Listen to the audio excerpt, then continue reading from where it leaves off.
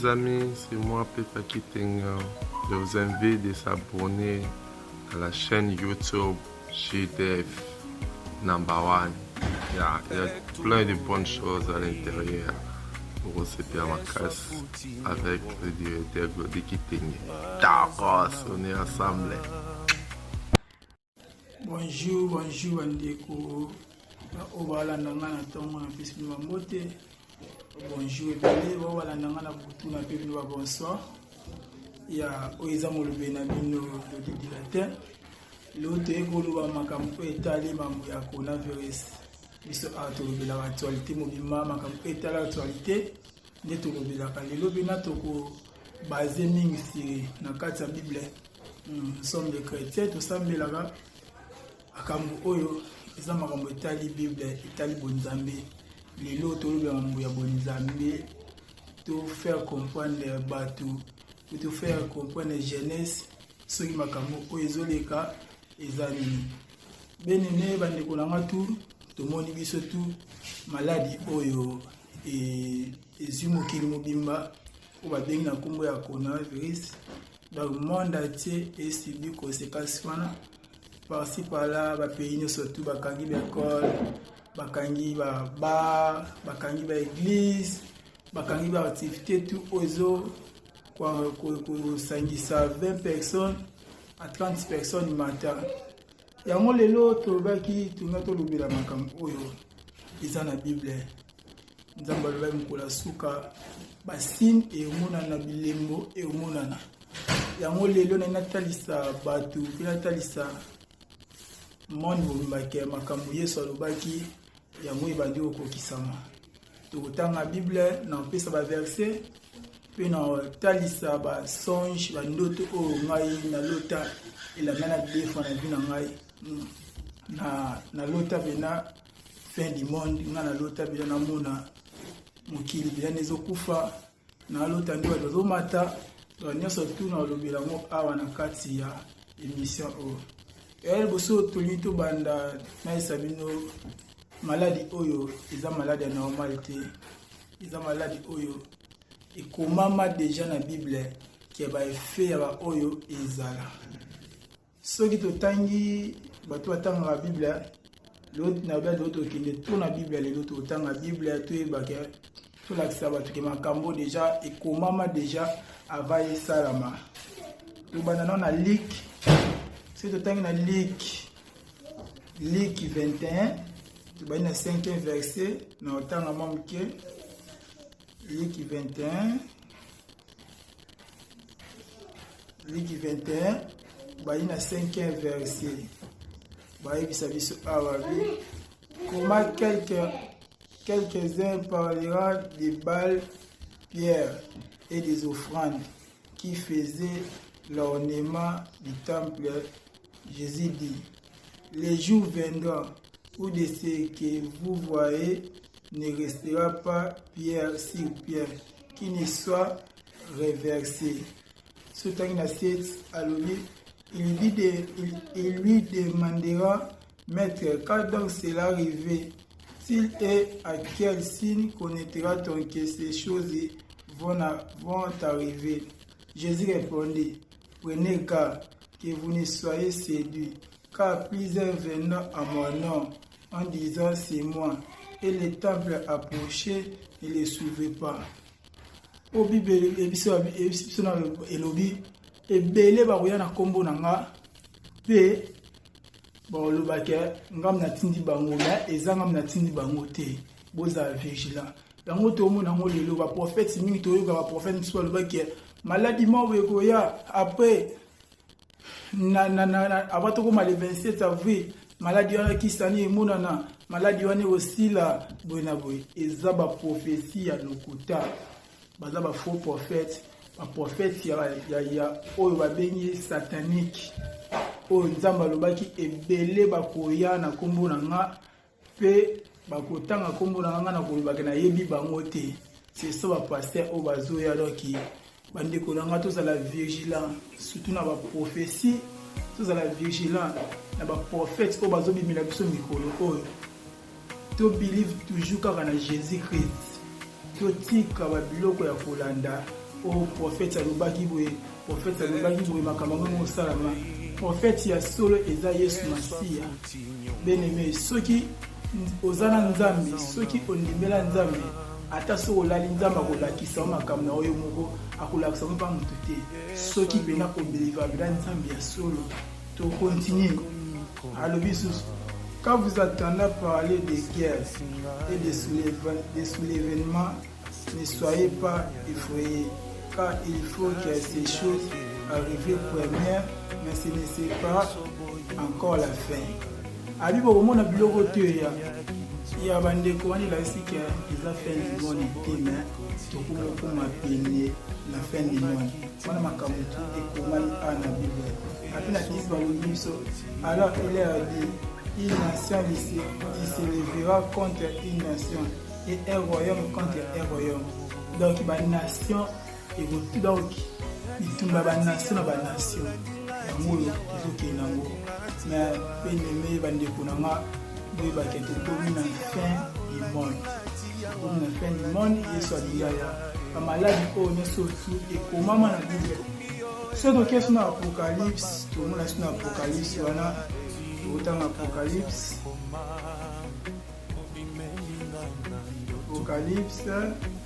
ben Apocalypse 9, Apocalypse 9,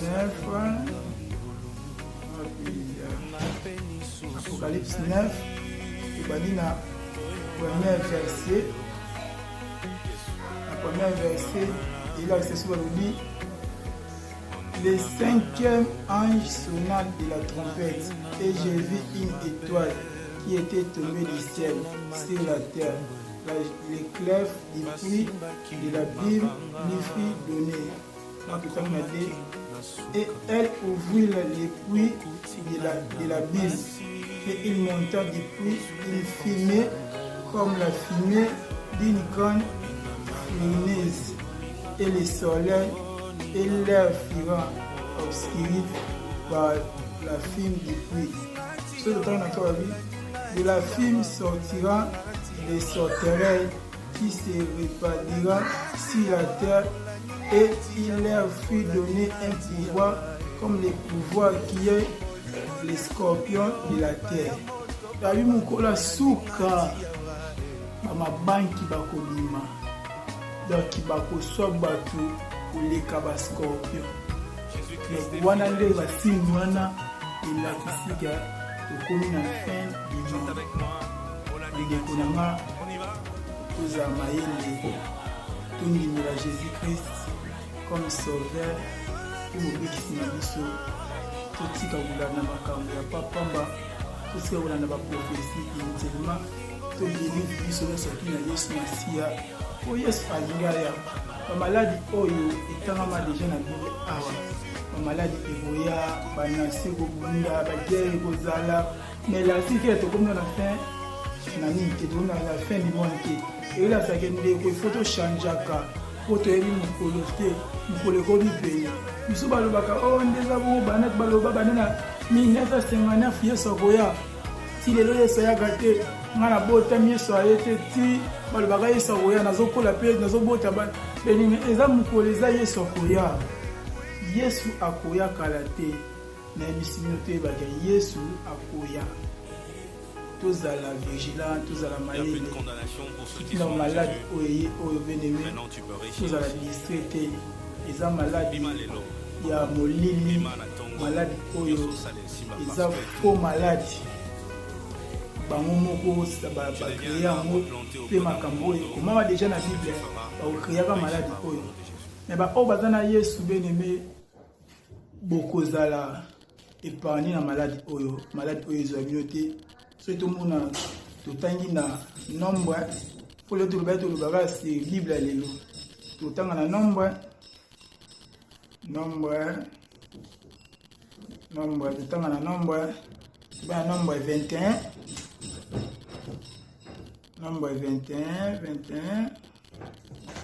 tubani na 4e verset yo kama rabu elobi awa Moïse na bana Israël balobi. Il partait de la montagne de Or par le chemin de la mer Rouge pour contourner le pays des Dômes, les peuples se pentant en route. 5. Et parla contre Dieu et contre Moïse. Pourquoi nous avez-vous fait monter hors d'Égypte pour que nous mourions dans le désert, car il n'y a point de pain et il n'y a point d'eau, et notre âme est dégoûtée de cette misérable nourriture. Awa bandeko na biso ya Israël balelaki babipoa nini babimisi bango na Egypte, bamozanga ya kolia, bamozanga ya komela, eo nzambe na Moïse bali baboma bango. Beli bafimbo mosusu ezoya ezali par rapport ya makambo biso tozosala na bavi na biso, yango ozomona kanda nzambe azofrape biso mpo tolingi kosambela te, tolingi baambiance, tolingi komela, tolingi babiloko oyo esepesa nzambe te. Na misusu bakomi koboya nzambe o papasi oyo eza mpo bakretien bazali mpo tondimela Jésus Christ. Bakomi kotala bakretien bameli mpasi na mboka, bato mingi bamoboya Jésus, baboya nzambe, bakomi baconséquence oyo ebandi koya. Et yo kama Jésus abisa bango, l'Éternel dit à Moïse, fais-toi un serpent brûlant et parler les cire les péchés, quiconque aura été mordi et le regarderait conservera la vie. Osko nzambe abandi bisa Moïse, nzambe afwapaki bango mingi, balelaki babi nzambe tokufa pamba yokela biso mawa, limbisa biso bami osenga bolimbisi. Nzambe biso ngabi ok Moïse osala nyoka moko wachango ikolo ya nzete. Moni surtout oya kozana pota oya kozwa pasi so atali nyoka wana akosala nini arobika. Bien-aimé, Léo, tu as un tas de la grâce, tu as un temps Jésus-Christ de Nazareth. Encore ba nyoka nezate. Na minutes au malade nyo surtout. Minutes au azui malade wana atela ka Yesu. Atela ka Yesu Masia. Pe ono na zion ono te. A believe ka na Yesu ke malade wana ekomela ete. O Jésus lobi o tout akozo malade wana atala e. Na Ancien Testament zaki total nyoka. Mais atango total Jésus-Christ de Nazareth. Ba oba walanda ngai ba oba zi malade. Ba oba zi ba problème wana batala ka Jésus Christ. Pe ba kobika. Ba ono pe ba ziongo pete biso to ziongo pete to ziongo pete to tela kaka Yesu Masia po etende azamu bikisi na biso yende azamu konzi ya bakonzi nyonso tu. To tika kolanda ba prophétie inutilement bien-aimé. To landa kaka o makomi oyo Yesu Masia alobaki. Moi elo mukina zana mona posta na kabula ngona ba nyonso tu yango yo. Pelo na ngana loba pona fin du monde. Ngana lota mapata elilingi na mapata elotambole tambole elilingi wana na suka eche escalier elilingi ocha escalier batu biso zaki beli nanga pe zaki parmi batu bazaki na sewa to lota elilingi wana tango sisi eche escalier wana to moche ebeleli batu na tanga komba pasteur wana te ngana mona pasteur je vis na mona pina pasteur msena nzambe aza rekoni na mboka oyo ekobi na herbe na yo matana escalier wana beneme na ebisi bino mutu wana bina acha pasteur wana mpanzi aisa pasteur wana na bengi yote bali biso ba mata biso do mataki pasteur wana tikalaki donc elingi la sake ba prophétie msu ba pasteur suba ye baza ya monde ténèbre baza ya batamolili tolanda bango te tolanda ne Yesu Masia tozala ba fanatique ba pasteur te ya ba prophète te totonda na église te pour église ana ezopesa ba prophétie tozasuna ta ba prophétie te tozana ta oyo tozela Yesu Masia azoya il faut to clean bomo na biso ezala bopeto soki to bopeto te muto kokende affaire pe na jugement to ebango Munestu or likana jugement aotika la kolonga te po nzambe muta kolongi na samo kilo azate yeba ke so kina jugement ezalinde kokufa na yo lufelo no ya libela c'est ça donc tolinga te tokuwa na jugement, tolinga toza na enlèvement, to nzambe aye aosala enlèvement biso tokende na ye elongo. Ya message na nga kabola na bato nyonso surtout ba jeune to believe na Yesu, to tika bavanti, to tika buzoba, to landa Yesu Masia, to zala sauver vie oyo nyonso te oleka mais eloba nzambe eleka te mpe paradis eleka te ezala seko na seko. C'est ça napesi bino tumbo te na bato to balanda ngai awa. To continue toujours kosabone na GFD number 1 TV chaîne na biso oyo etali makambo nyonso ya mboka oyo ezolobela actualité ya mboka, politique, football, makambo nyonso tu.